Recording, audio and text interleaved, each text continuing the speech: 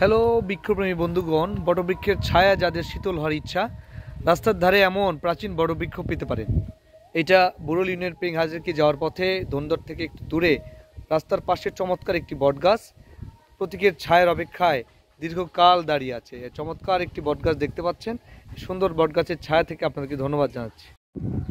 বটবৃক্ষের ছায়া এবং বটবৃক্ষের পাতায় অনেকেই শীতল হওয়ার জন্য প্রতীকের অপেক্ষায় আসতে পারেন। এমন একটি বয়সী বটগাছের বৃক্ষ রাস্তার মধ্যে পেয়ে গেলাম এবং এই চমৎকার বটগাছটি পাবেন আপনারা বুড়োল ইউনিয়নের একদম পেং হাজিকি গ্রামের প্রবেশ পথে এবং ধুন্দর বাজার থেকে ছেড়ে আসলেই এখানে বটবৃক্ষের বোয়াগুলো নেমে গেছে। বটবৃক্ষের ছায়া সাধারণত অনেক শীতল হয়।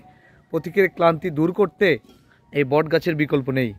এমন একটি চমৎকার বটগাছ যেখানে তার বৃক্ষের গোড়ায় বসার সুব্যবস্থা রয়েছে এবং দেখতে পাচ্ছেন ছায়া সুশীতল বিশাল বটগাছটি দাঁড়িয়ে রয়েছে প্রতীকের ক্লান্তি দূর করার জন্য।